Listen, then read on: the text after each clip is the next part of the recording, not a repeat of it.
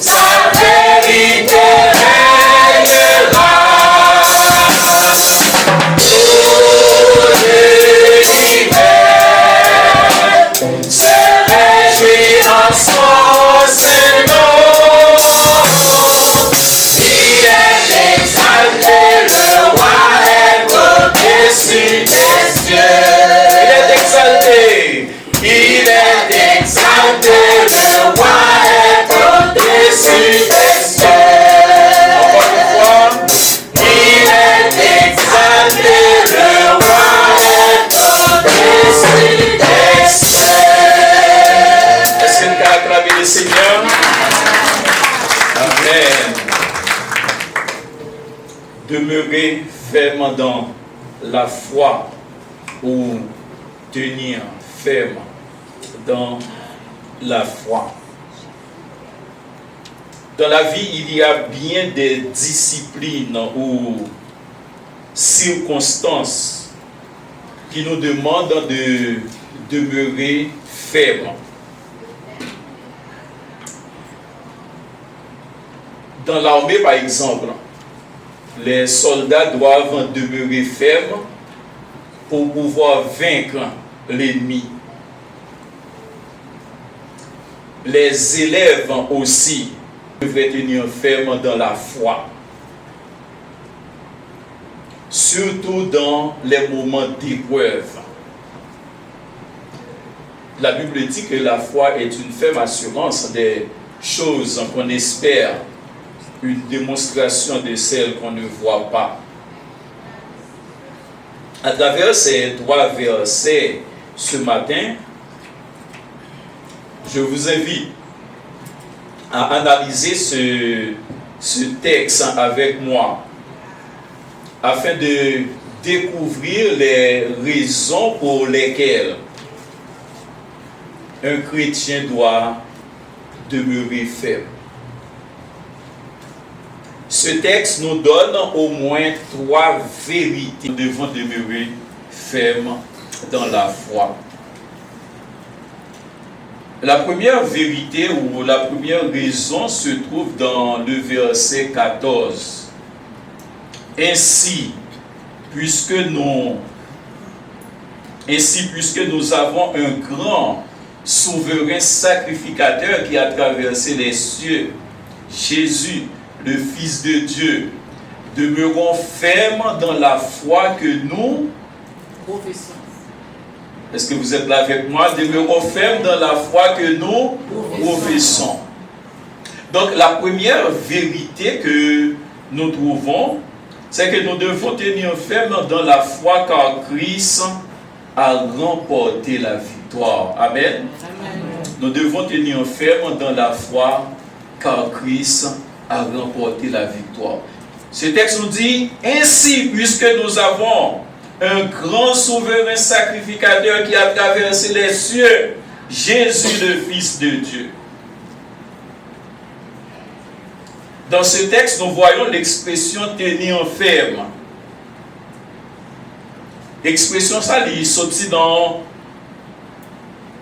le mot grec qui indique nous la force. La force. Et la force, signifie, ça signifie tenir ferme de toute sa force. Tenir ferme de toute sa force. Nous avons joint une expression ça dans Marc, chapitre 7, dans le verset 8, où les pharisiens sont accusés de tenir à tout prix leur tradition. Donc c'est comme ça que chrétien lui doit tenir ferme avec toute force. Donc le verset 8, Marc chapitre 7, il dit, vous abandonnez le commandement de Dieu et vous observez la tradition des hommes. Donc les pharisiens, ils mettent toute force pour conserver la tradition. Et nous-mêmes, en tant que chrétiens, nous avons besoin d'être fermes, pour nous garder position nous dans l'évangile. car Christ a remporté la victoire. Nous joignons l'autre expression encore dans notre texte-là, lorsque la parole nous dit qui a traversé les cieux.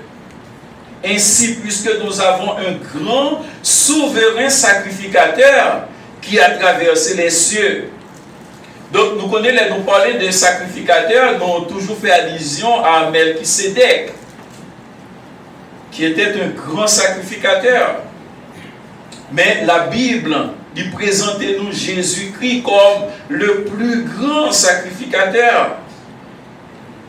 Parce que Jésus-Christ, il t'a offert, Jésus-Christ, pour le mourir pour nous, il t'a présenté comme sacrifice. Il t'a propre lui-même en sacrifice qui a traversé les cieux. Donc ici, auteur Épithébouéa, il fait allusion à l'ascension de Christ. À l'ascension de Christ et à son exaltation. C'est pour ça qu'à nous chanter, il est exalté, le roi est au-dessus des cieux. Il est élevé à jamais, exalté, et je loue son saint nom. Oui, Christ, il est exalté. Christ, après qu'il ait fini vaincre Satan, il finit vaincre le péché. Christ a été reçu dans la gloire. Donc Christ est monté dans le ciel et il est à droite papa. Il est exalté. Il est élevé. Qui a traversé les cieux. Donc l'auteur il fait allusion à l'ascension de Christ. Donc Paul pour montrer nous victoire Christ là. Comment te remporter sur le péché, sur Satan? Paul lui fait référence à, dans Colossiens chapitre 2, le verset 15. Bon, Paul lui fait référence à un général. Soldat romain, dans ton ça, lorsque ils ont remporté victoire, ils ont vaincu l'adversaire là, eh bien, ça a été fait, ils ont entraîné lui. Ils ont humilié lui pour lui montrer que ils ont gagné victoire là. Donc, c'est comme ça, c'est illustration ça, Paul lui prend pour lui montrer victoire Christ là à la croix. Ainsi, Paul écrit dans Colossiens 2, verset 15. Colossiens 2, le verset 15, il dit, il a dépouillé les dominations et les autorités et les a livrées publiquement en spectacle en triomphant d'elles par la croix. Livré publiquement en spectacle en triomphant d'elles par la croix. Donc Jésus-Christ, il gagne une victoire sur Satan. Il gagne une victoire sur le péché. Il triomphe sur Satan le diable. Il a vaincu toutes les puissances, les dominations, les puissances des ténèbres qui s'opposent à son règne. Jésus-Christ, il vainc puissance en fait droit ça, il vainc un ennemi. Et je dis, nous sommes pas capables de peur Satan le diable. Parce que Jésus-Christ, il a remporté la victoire. Apôtre Jean dit, écrit dans 1 Jean chapitre 3 verset 8, il dit, le Fils de Dieu a paru afin de détruire les œuvres du diable. Et au verset 9, il dit, quiconque est né de Dieu ne pratique pas le péché, parce que la semence de Dieu demeure en lui, et il ne peut pécher parce qu'il est né de Dieu. Donc Christ a remporté la victoire pour le faire moi-même avec nous devenir petit bon Dieu. Et c'est ça nous y est. Apôtre Jean, il dit ça. Bien-aimés, nous sommes maintenant enfants de Dieu. Et ce que nous serons n'a pas encore été manifesté. Jean t'a parlé que comme au dernier jour, nous va glorifier, côté nous a semblé avec elle. Parce que nous a transformé, nous avons encore glorifié, même Jean-Christ, lui monter dans le ciel, lui exalté. Au dernier jour, nous va monter dans le ciel aussi. Éphésiens chapitre 6, verset 12, Paul dit, nous n'avons pas à lutter contre la chair et le sang, mais contre les dominations, contre les autorités, contre les princes, à l'ignominie. Il livrait Satan. Et ce triomphe, Jésus-Christ lui remporté à la croix, lorsqu'il mourit et il ressuscité. C'est pourquoi Othéa lit écrit ô mort, où est ta victoire? Ô mort, où est ton aiguillon? Frères et sœurs, l'ascension de Christ ou la montée de Christ et son exaltation à la droite de Dieu sont la garantie d'une victoire sur les forces du mal et la puissance de Satan. C'est notre garantie, frères et sœurs, parce que Christ n'est pas dans la tombe. Il est ressuscité. Il est à la droite de son Père. Donc, c'est garanti victoire, moi. C'est garanti victoire sous Satan le diable. C'est garanti ça que moi et ma mère nous gagnons. Sa victoire est notre victoire.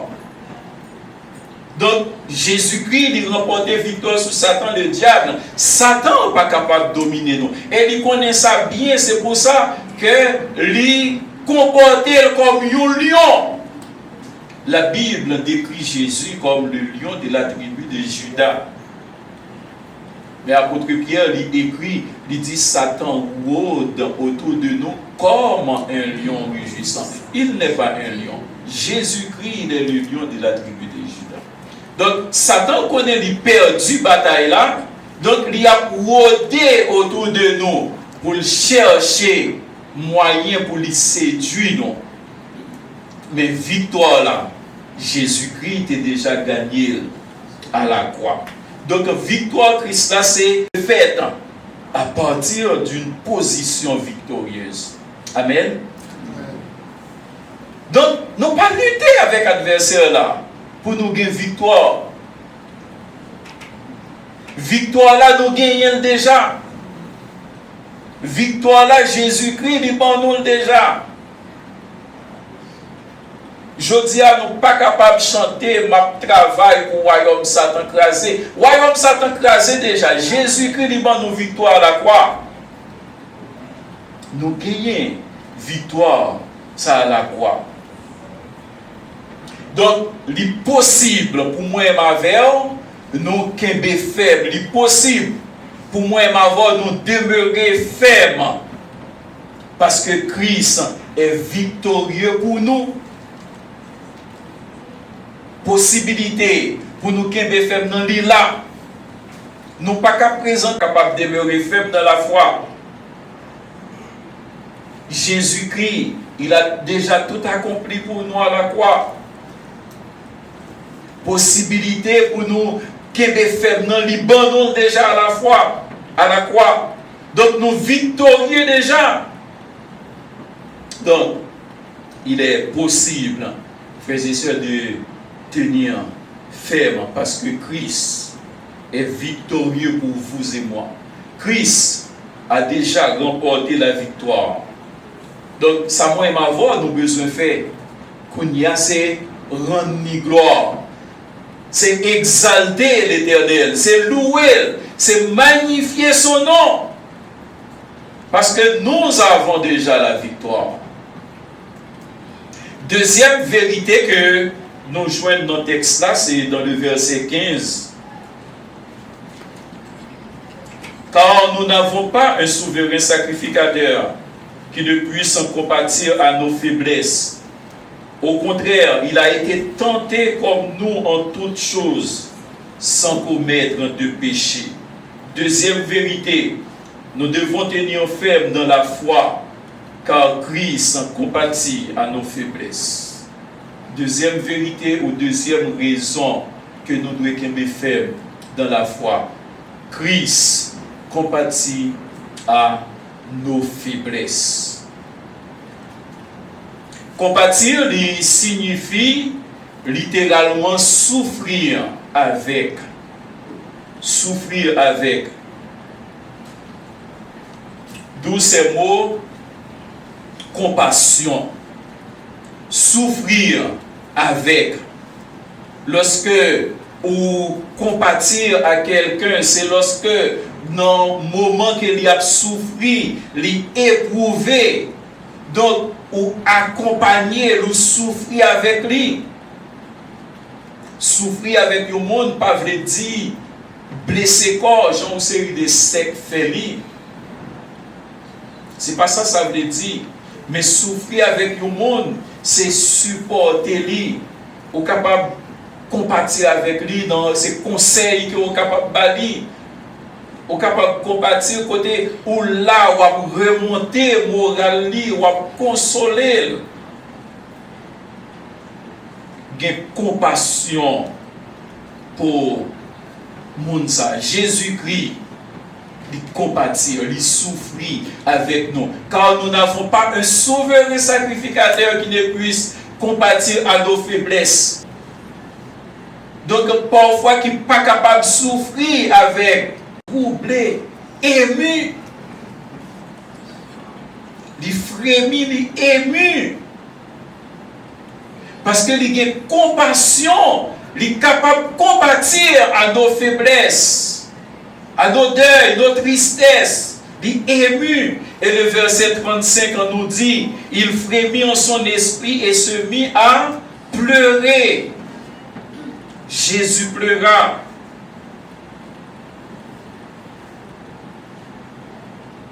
Il a manifesté sa compassion pour la famille de Lazare. Dans Jean chapitre 6, nous jouons encore la compassion de Jésus-Christ. Lorsque foule là pendant toute journée à suivre Jésus, à prendre enseignement, il vient tard. Pour aller dans le village, c'est loin. Il a fait droit. Disciples ont cherché solution. Ils ont demandé Jésus pour renvoyer foule là. Parce qu'il faut aller chercher, manger ou ils manger. Et Jésus-Christ, dans compassion, il dit, mais pas y manger. Et nous chercher, disciples en tant que monde responsable. Ils ont réussi à jouer dans la foule là, un petit jeune homme qui gagnait 5 pains et 2 poissons. 5 pains et 2 poissons, la parole de pain, c'est seulement pour nourrir ce jeune homme, non, pas capable de faire grande chose. Jésus a manifesté sa compassion envers la foule. Difficulté yo capable venir, frères et sœurs. Épreuve yo capable venir. Moment désespoir yo capable venir. Mais le Seigneur, il est toujours là. Et il est prêt pour lui compatir à nos faiblesses. Christ est capable de compatir à nos faiblesses, frères et sœurs, à nos difficultés. Quel que soit votre chagrin, quel que soit votre peine, votre problème, je voulais dire au matin, Christ, même Jean sentit la Christ, il sentit problème. Christ était qu'on ait problème même avant qu'on ait gagné. Il sait ce dont vous avez besoin. Il a la solution. Donc, devant les chagrins, les difficultés, les problèmes. Ne regardez pas en arrière. Au contraire, tenez ferme dans votre foi.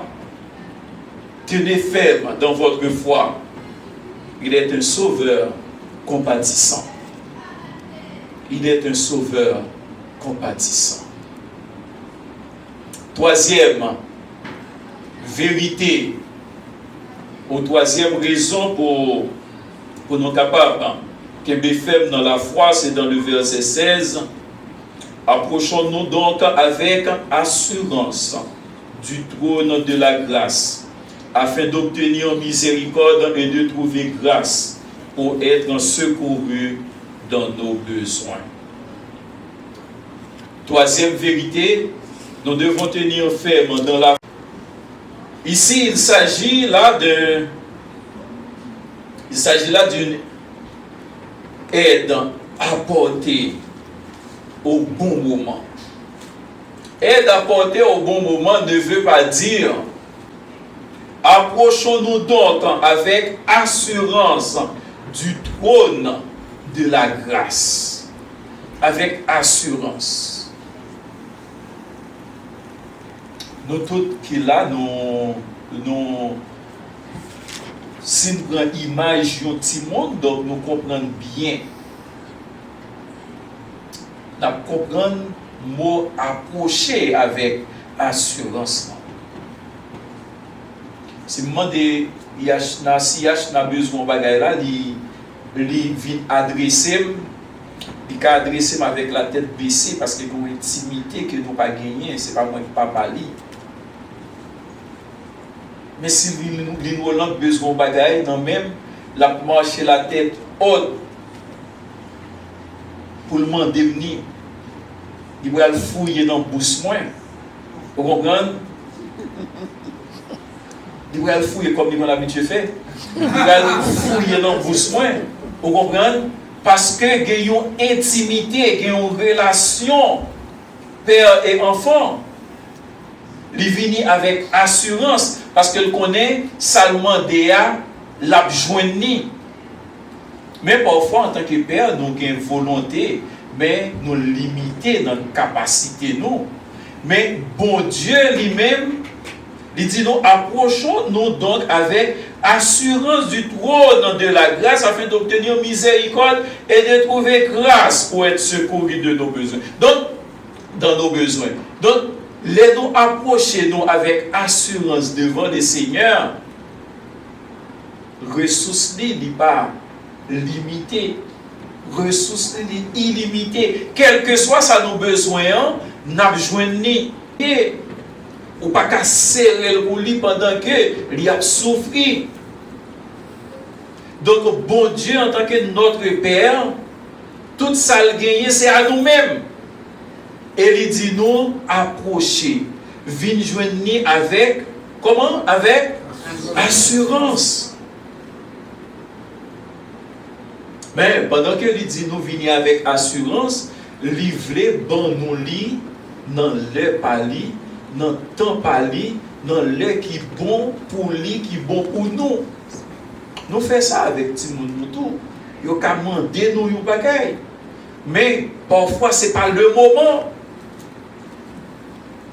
La bonne ça nous demande là, s'il n'a volonté n'a besoin ni dans le pali, dans temps pali. Et parfois bon Dieu il quitte épreuve yo prolongé. Il quitte épreuve yo prolongé après il fait intervention discrètement. Nous notons ça, nous jouons ça dans la vie de Joseph. Joseph, un jeune garçon qui a grandi à fleur de l'âge, qui a la main de l'Éternel sous lui.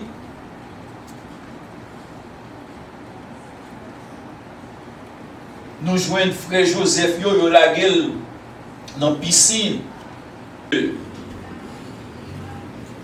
C'est lui-même qui dit approcher avec assurance. Donc c'est exprimer librement dans la présence de pas cacher rien. Dire toute bagaille. tout son besoin exposé yo dans présence li. C'est même bon Dieu ça qui dit nous, déchargez-vous sur lui tous vos soucis, car lui-même prend soin de vous. Donc, pas cacher rien. Dis toute bagaille. Et nous chanter ce cantique, dit tout à Jésus. Approchez devant le trône de Dieu avec confiance afin de rechercher son aide avec assurance. Nous joignons l'autre illustration, c'est dans, nous devons terminer, nous joignons l'autre illustration, c'est dans Actes chapitre 12, versets 6 à 11. Nous n'avons pas prêté sous texte là, mais c'est affiché pour moi, verset 11, c'est la délivrance de Pierre.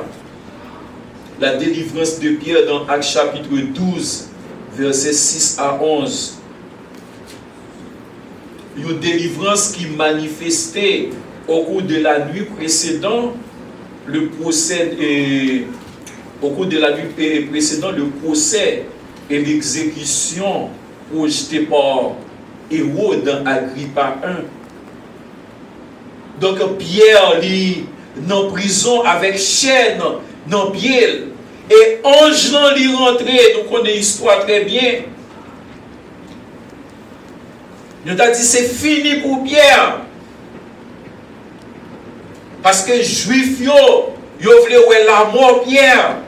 Envoyé son ange et qu'il m'a délivré de la main d'Hérode et de tout ce que le peuple juif attendait. Voilà que vous allez exécuter Pierre. C'est garder Pierre, garder ange vini, chaîne qui n'en pierre, casser barrière en fait, tout ouvri, Pierre ou el dehors.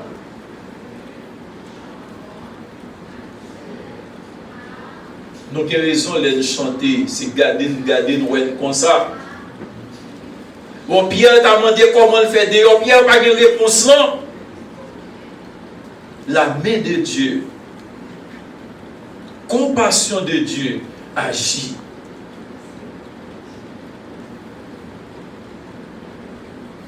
Frères et sœurs, en tant que chrétien, enfant de Dieu, qui t'aime dire, dans quelle que soit circonstance, besoin de la présence de Christ. Peut-être ce matin, aujourd'hui, ce mois-ci, cette année, vous êtes en proie à la persécution, vous êtes en proie à la solitude, à un conflit. Mais sachez que Christ viendra à votre secours au bon moment. Si Jésus-Christ est tardé, certainement pas, c'est pas parce qu'il oublie. C'est pas parce qu'il oublie, mais il agit dans l'aile. Il agit dans le temps pali, dans le moment pali. Donc le chrétien, frères et sœurs, doit se tenir ferme dans la foi.